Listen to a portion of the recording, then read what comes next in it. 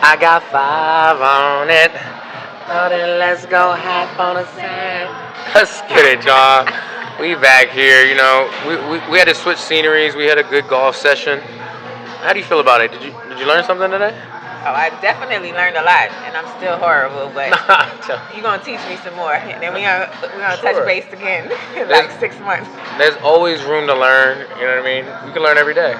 100%. Let's talk about that. Learning every day, because I think that is what helped me separate myself from a lot of people. Is I wanted to learn when nobody wanted to learn. So you went to Princeton. I want you to speak on that.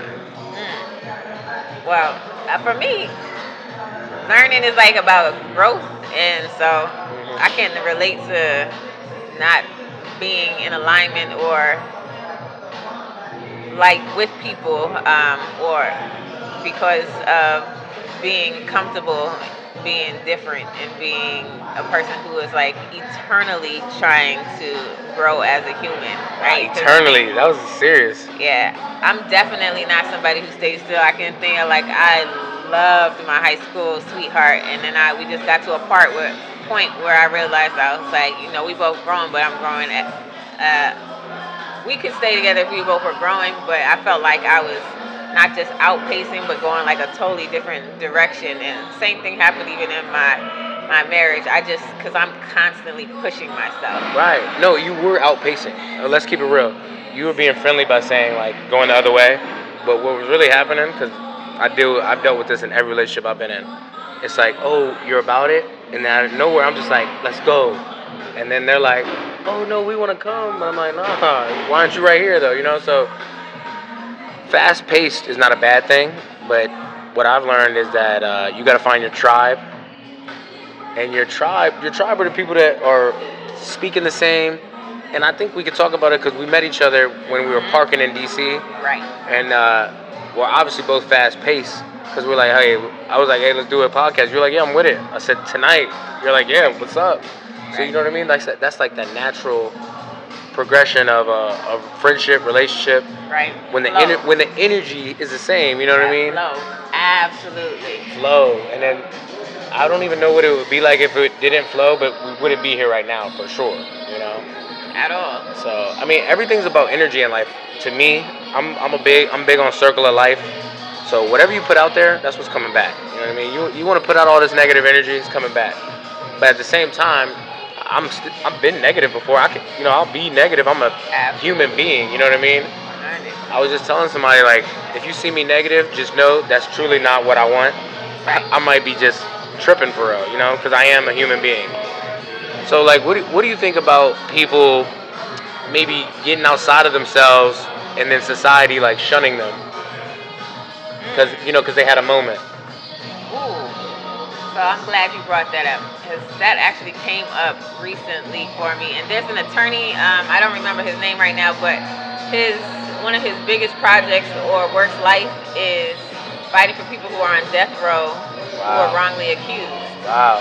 And it doesn't mean that they never did any criminal activity in life or anything, but one of his sayings, which I would paraphrase, which is that you aren't what you've done. Of course. And so I think a lot of times people forget that. They get on a high horse. Yep. They shun people for what they've done or what their beliefs are or what they claim is their belief, but it only applies to other people. It doesn't apply to them. Never them, right? You know what I'm saying? So as far as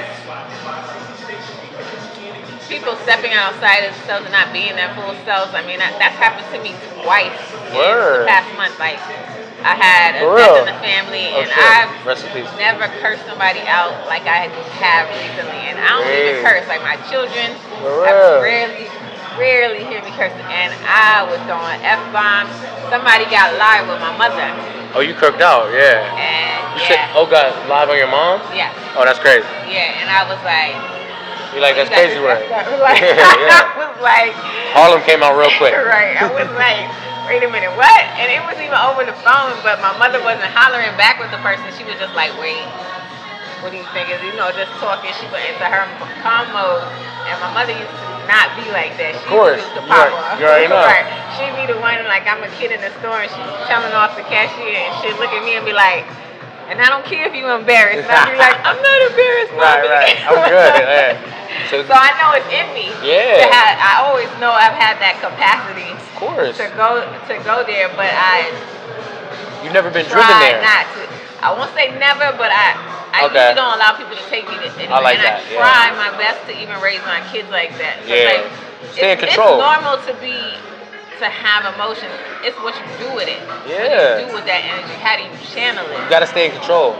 Right. Yeah. And even if you're out of control for that moment, how you bring yourself back? How Exactly. do you recenter? Exactly. I think it's fine to go off the rhythm because, like, even when you work out, if you're trying to get to a better or a higher Higher level.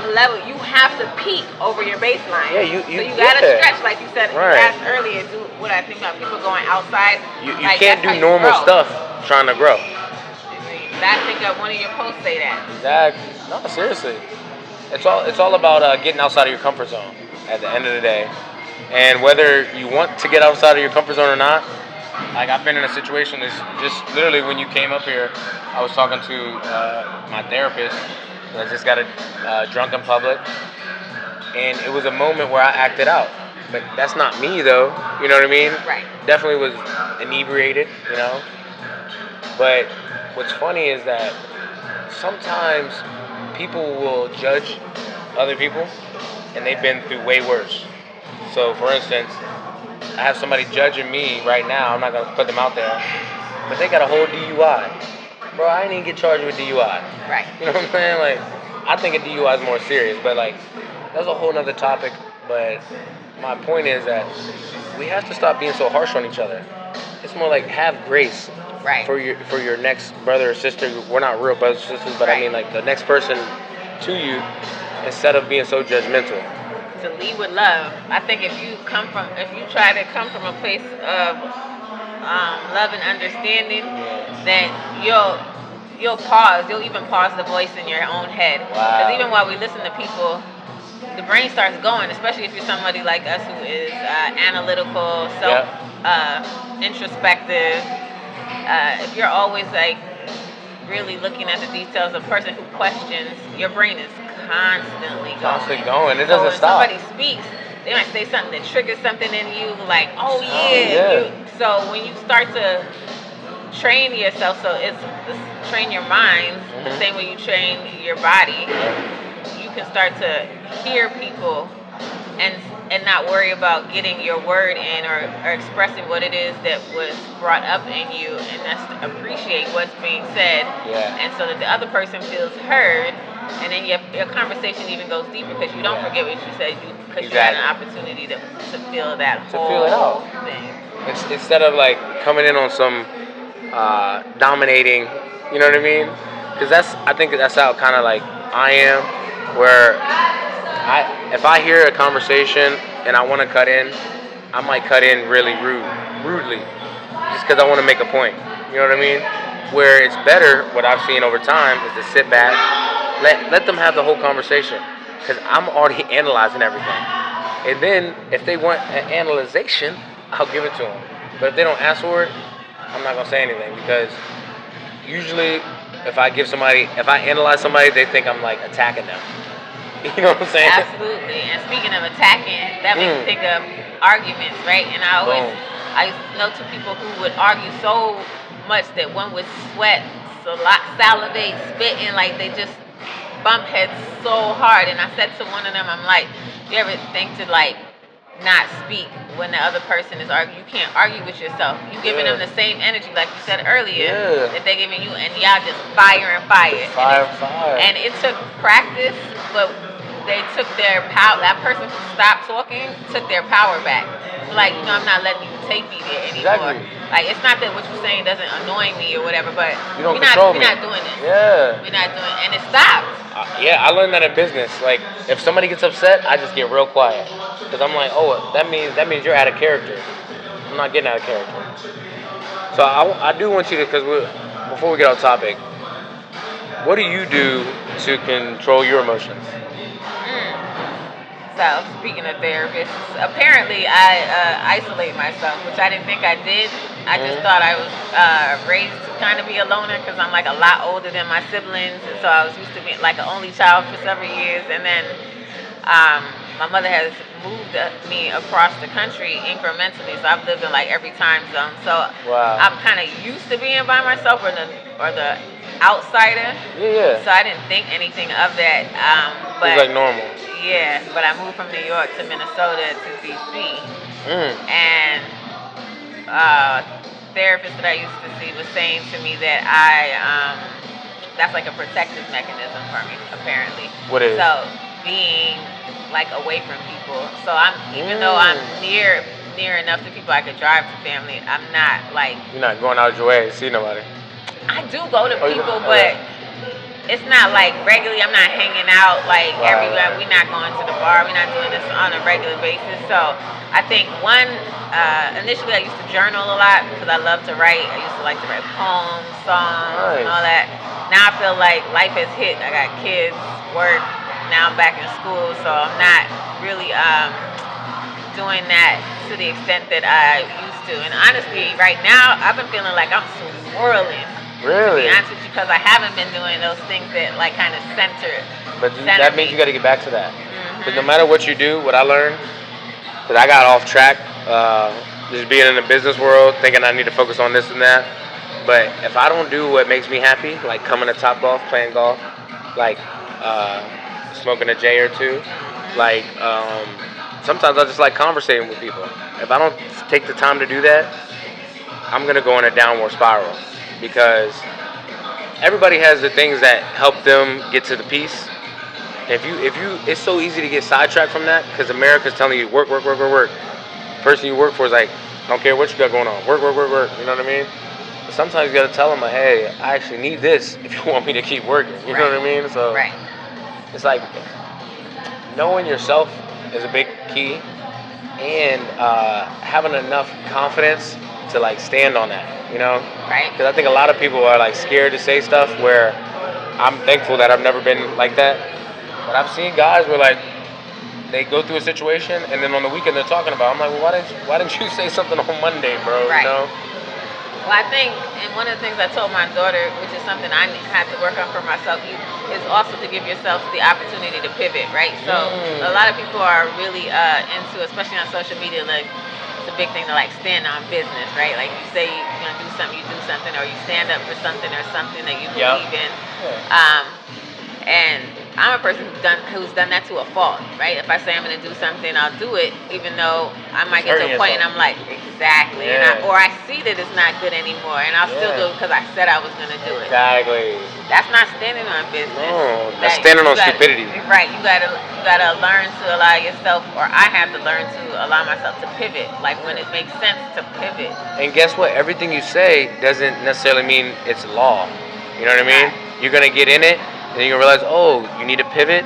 You gotta be able to make that pivot. Right. And a lot of laws are bull because there's laws out right now, literal laws that exist that have imprisoned people. You know, unethically. So I'm not telling people to go out and break laws, but like let's be reasonable. Like think with your higher brain and not with just your emotions and your heart. Like does this actually make sense? Does it serve you? Yeah. And that's one thing. Two things that I'm probably going to be at the forefront of moving forward in the next several months. With one, I made a pact with my sister. Like we no longer rationalizing irrational behavior. And we've been doing that for years. Because a lot of times stuff comes, nope, I'm like, that don't make sense. And like, but you spend time and you let it take space in your brain, like a spiritual advisor told me, you letting too much things take too much space in your brain. Yeah. And I was like, you know what? They're not paying no capital. They just parking in my brain and like for free. Rattling around. Yeah. I'm not doing that. And then secondarily, if something doesn't serve me, or if I'm doing something and it doesn't feel like it's in alignment, but I'm not honoring that feeling, I gotta stop and ask myself, does that serve me? How does that serve me? Yeah. How does that serve me? Right. Is this mutually beneficial? I ask myself that. And I'm not always necessarily looking for like monetary beneficial, but I mean like if I give out energy, am I gonna get the energy back? You know, I try to read that early as possible. And yeah, I mean, wow, we're getting deep. This shit is real deep, bro. I might start crying tonight, yo. So, you're from New York. You're in Maryland or DC? DC for school. Nah, I've been here 8 years. Oh, you've been here. Oh, so you live in DC. Oh, word. Okay. All right, then I'm confused. So. I'm good at that. No, that's what's up. That's my forte. So we were. Where did we meet? In Northwest or Northeast? Ooh, where were we? Northwest. Northwest. That's what I thought. Yeah. So, what are y'all doing in Northwest? Oh, my daughter was returning something.